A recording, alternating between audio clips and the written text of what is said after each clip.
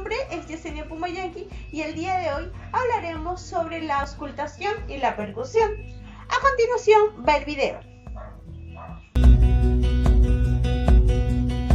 Empezaremos realizando la percusión en el segundo espacio intercostal derecho.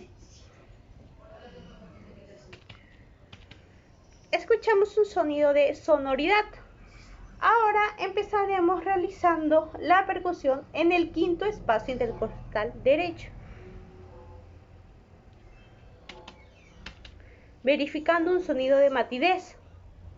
Por último, realizaremos la percusión en el epigastrio, verificando el sonido del timpanismo.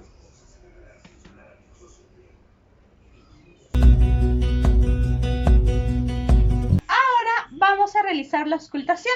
Para ello necesitamos la ayuda de nuestro estetoscopio y vamos a auscultar el escápulo vertebral.